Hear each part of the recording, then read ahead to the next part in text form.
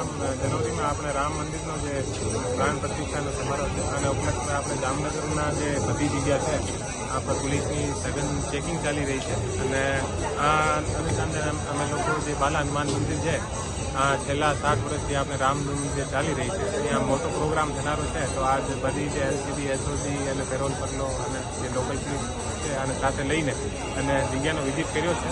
અને મારી આમ પબ્લિકને આ રિક્વેસ્ટ છે કે કોઈ પણ જાતના અને કોઈ પણ સોશિયલ મીડિયા પર કોઈ એવી અફવા ના, અને અમારા જે સોશિયલ મીડિયા છે આ પણ એક્ટિવ છે અને બધી જે BDDS છે આથી અમે લોકો જે ઇમ્પોર્ટન્ટ જગ્યા છે આ બધી જગ્યાની અમે લોકો જાંચ કરાવી રહ્યા છીએ અને બધી વસ્તુની ચેકિંગ પણ થઈ રહી છે અને સારી બાબત.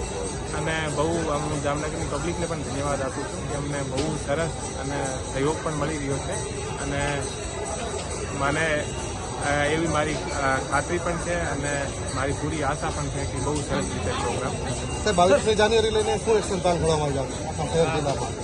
આખા જે જામનગર શહેર છે અમે લગભગ 15ના આસપાસની જે છે એ આપણે રેલીઓ નીકળવાની છે અને 3ના આસપાસ બાઇક રેલી અને અલગ અલગ જે બધી નીકળવાની છે. આ માટે દરેક પોલીસ સ્ટેશનની અમે લોકો બંદોબસ્તની સ્કીમ પણ તૈયાર કરી છે અને દરેક જગ્યાએ અલગ અલગ અધિકારીઓનો અમે લોકો જે જગ્યા છે આ પણ નિર્ધારિત કરી છે. જે રીતે જે સિટીના એરિયા છે અમે DYSP સિટી અને જે બેડી મરીન અને આ જે એરિયા છે અમે DYSP અને જે કાલાવાડ છે ત્યાં પર આપણે DYSP જે ક્રાઇમ છે આની અમે લોકો જે તે દિવસે જગ્યા નક્કી કરી છે અને હું જાતે જે શહેરમાં બધી જે ઇમ્પોર્ટન્ટ જગ્યા છે ત્યાં ઉપસ્થિત રહેવાનું.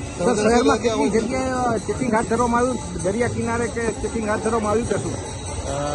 દરિયા કિનારે પણ અમારી જે નજર છે અને બધી જગ્યાએ અમારી એસઓજી બધા જે ફીચર ગ્રુપ છે આની સાથે પણ સંપર્કમાં છે અને બધી જગ્યાએ અમારી ચેકિંગ છે. સાહેબ, સોશિયલ મીડિયામાં ખાસ કરીને કોમી તંગદિલી ના ફેલાય તેવા મેસેજ ના કરે એ પબ્લિકને અપીલ કરશો?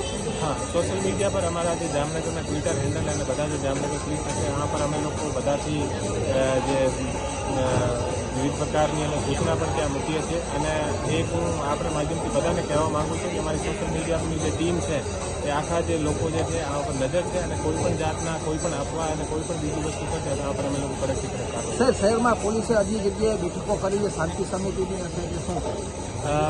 દરેક પોલીસ સ્ટેશનમાં અત્યારે બે શાંતિ સમિતિની મિટિંગ પણ થઈ ગઈ છે અને જે દરેક પ્રોગ્રામ છે આના ઓર્ગેનાઇઝર સાથે પણ મિટિંગ થઈ ગઈ છે અને જે DJ અને જે બધા છે આના સાથે પણ મિટિંગ થઈ ગઈ છે અને સારી રીતે થેન્ક યુ.